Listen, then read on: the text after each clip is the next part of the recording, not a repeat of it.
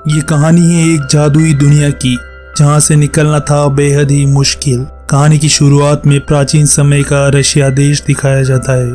यहाँ एक योद्धा को भागते हुए दिखाया जाता है, जिसका कुछ अन्य सिपाही पीछा कर रहे होते हैं। इसी के साथ एक बाज भी इसके पीछे लगा होता है। कुछ आगे जाने के बाद बाज इस पर हमला करता है और ये योद्धा घोड़े से नीचे गिर जाता है। ये अन्य सिपाहियों से लड़ता है और हम देखते हैं कि वो बाज एक औरत में बदल जाता है। दरअसल ये एक जादूगरनी है और सिपाही का घोड़ा भी एक आदमी में बदल जाता है। ये भी एक बूढ़ा जादूगर होता है। औरत का नाम महारानी वरवरा है। ये इस योद्धा को अपनी जादुई ताकत से पत्थर का बना देती है और उसे समुद्र में फेंकने का आदेश देती है। जादूगर अपनी जान बचाकर खुद समुद्र में कूद जाता है। योद्धा को समुद्र में फेंक दिया जाता है, जहाँ कई और योद्धा पत्थर के बने होते हैं। अर्थात इससे पहले भी इस जादूगरनी ने कई योद्धाओं को पत्थर बनाकर समुद्र में फेंक दिया होता है। सीन बदलकर हमें आधुनिक समय के रशिया देश को दिखाया जाता है। यहाँ एक आदमी इवान दिखाई देता है, जो कि अकेला रहता है क्योंकि ये अनाथ है और साथ ही अपने झूठे जादू से लोगों को मूर्ख बनाता है और इसी काम से ये पैसा कमाता है। एक अमीर औरत इवान को अपने घर बुलाती है। ये अपने घर की बुरी शक्तियों और पति के खराब बर्ताव से बचने के लिए इवान से उपाय पूछती है। इवान इसे बताता है कि तुम्हारा पति घर की बुरी शक्तियों से मिला हुआ है और मैं अपनी ताकत से तुम्हें बचा सकता हूँ। दरअसल इवान इस औरत को मूर्ख बनाकर इससे पैसे ले लेता है। यहाँ से ये एक हॉस्पिटल पहुँचता है, जहाँ एक लेडी इवान को अपने भाई की छोटी बच्ची को ठीक करने के लिए बुलाती है। ये बच्ची कोमा में होती है। इवान जानता है कि इसे झूठे जादू से नहीं बचाया जा सकता, इसलिए वो दुखी हो जाता है और उस औरत को झूठा दिलासा नहीं दे पाता। ये यहाँ से चला जाता है। इसे अपना बचपन याद आता है। जब ये छोटा था तो हॉस्टल के कुछ बच्चे इसे एक अंधेरे कमरे में बंद कर देते हैं और ये एक कील की मदद से बाहर आ जाता है और सभी इसे जादूगर समझने लगते हैं। तब से ये लोगों को अपने झूठे जादू से मूर्ख बनाकर पैसे कमा रहा है। ये कील इवान ने लॉकेट बनाकर अपने गले में पहन रखी होती है। तभी कुछ लोग इवान के पास आते हैं और ये होता है उस लेडी का हस्बैंड, जिसे इवान ने उसके पति के बारे में झूठ बोलकर मूर्ख बनाया था। इवान को भनक लग जाती है कि ये इससे लड़ने आए हैं। ये मौका देखते ही भाग जाता है और एक वाटर पार्क में आ जाता है। यहाँ इवान वाटर स्लाइड में घुस जाता है और सीधा प्राचीन समय के रशिया यानी कि जादू नगरी में पहुंच जाता है। यहाँ इसे चारों तरफ जंगल ही दिखाई देता है और इससे मिलता है वो ही जादूगर जो मूवी की स्टार्ट में योद्धा का घोड़ा था। इवान इसे एक सपना समझने लगता है। जादूगर इसे बताता है कि ये कोई सपना नहीं बल्कि ये जादू नगरी है और तुम महाराज इलिया के बेटे हो। उन्होंने ही मुझे तुम्हें पृथ्वी पर छिपाने के लिए कहा था ताकि दुश्मन तुम तक नहीं पहुंच पाए। तुम यहाँ की राजकुमार हो। तुम्हें जादू नगरी को दुश्मनों से बचाना होगा।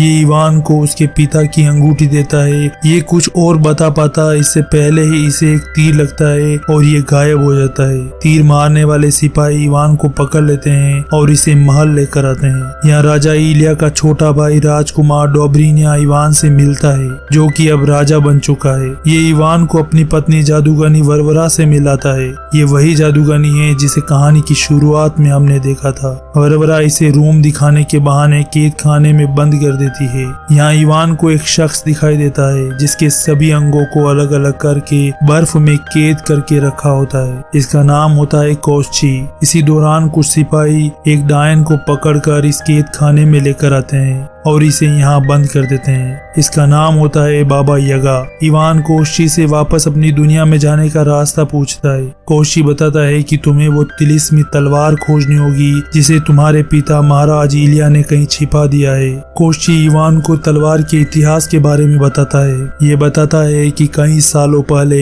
इस जादू नगरी में एक मायावी जादूगर रहता था।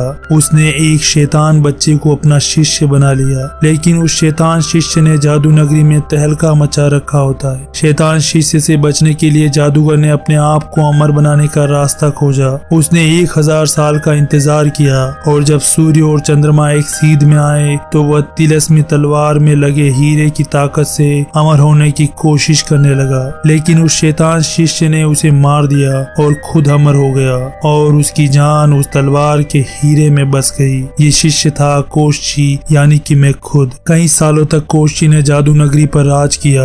लेकिन एक समय आया जब बहादुर राजा इलिया से लड़ते हुए कोशची हार गया और राजा इलिया ने हीरे को तलवार से अलग कर दोनों को कहीं छिपा दिया और कोशची के टुकड़े टुकड़े करके इसे कैद खाने में बंद कर दिया। कुछ देर बाद बाबा यगा के कपड़ों से एक मेंढक बाहर आता है और कैद खाने के गार्ड के पास आकर लड़की में बदल जाता है। ये गार्ड की ड्रिंक में कुछ मिलाकर उसे बेहोश कर देती है और फुर्ती से बाबा यगा को कैद खाने से आजाद कर देती है। इसके बाद ये दोनों मिलकर कोशची को आजाद करने में लग जाते हैं। बर्फ में कैद उसके अंगों को निकाल कर उसके धड़ से जोड़ देते हैं। इवान ये सब देख रहा होता है। वो अपने आप को छुड़ाने की रिक्वेस्ट करता है। कोशची इसे भी साथ ले लेता है ताकि ये कुछ काम आ सके। अब ये सिपाहियों से लड़ते हुए यहाँ से भाग जाते हैं। जब इसकी सूचना वरवरा को मिलती है तो वो बाज बनकर इनके पीछे लग जाती है, लेकिन बाबा यगा अपने जादू से उसे पीछा करने से रोक लेती है। ये सभी घने जंगल में आ जाते हैं और यहाँ से ये सभी तिलिस्मी तलवार को खोजने में लग जाते हैं। कोशची इवान से वादा करता है कि अगर वो तिलिस्मी तलवार खोज लेगा तो वो उसे अपनी दुनिया में भेज देगा।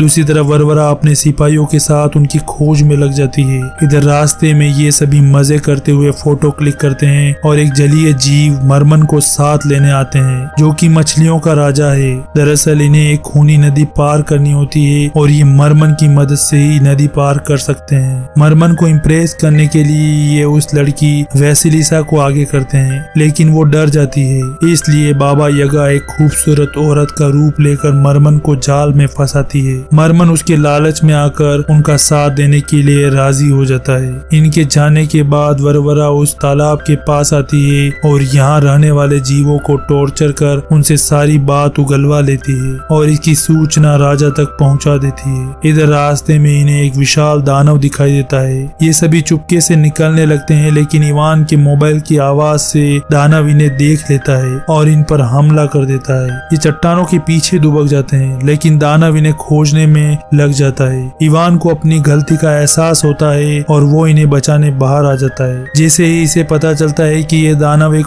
औरत है, इवान खुश हो जाता है क्योंकि इसने अपनी दुनिया में कई औरतों को मूर्ख बनाया था। वो इसे गाना गाकर डिस्ट्रैक्ट कर देता है और ये सभी यहाँ से बचकर भाग जाते हैं। आगे बढ़ते हुए ये खूनी नदी के पास आ जाते हैं। यहाँ बहुत ही खतरनाक मछलियाँ होती है जो इंसानों को कच्चा चबा सकती है। ये मछलियों के राजा मरमन को नदी में छोड़ देते हैं ताकि ये मछलियों को कंट्रोल कर सके, लेकिन मछलियाँ उस पर हमला कर देती है और मरमन भागता हुआ नदी के बाहर आ जाता है और पास के एक कुएं में कूद जाता है। ये देख वैसिलिसा गुस्सा हो जाती है। वैसिलिसा और बाबा यगा दोनों कोशची पर नाराज होने लगते हैं। ये कहते हैं कि तुम्हारे भरोसे हम यहाँ तक आए और अब हम आगे कैसे जाएंगे। कोशची कहता है कि मुझे कुछ सोचने दो। वैसिलिसा नाराज होकर जंगल में चली जाती है। यहाँ कोशची इवान को बताता है कि वैसिलिसा तलवार की खोज में इसलिए है क्योंकि वो अपने माँ बाप को बचाना चाहती है। ये बताता है कि एक दिन राजा डोब्रेनिया वैसिलिसा के गांव से गुजर रहा था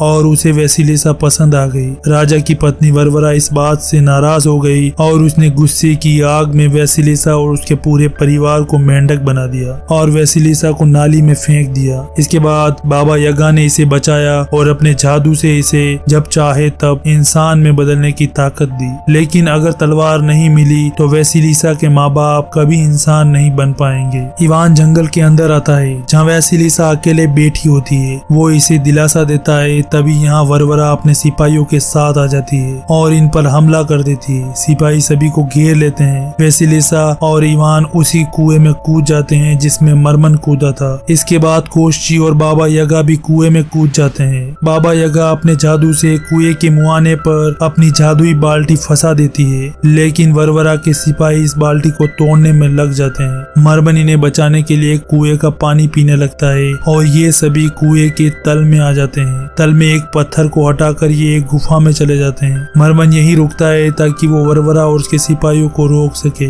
बाल्टी टूटते ही वरवरा कुएं में आ जाती है और मरमन को रास्ते से हटने को कहती है, लेकिन मरमन नहीं हटता।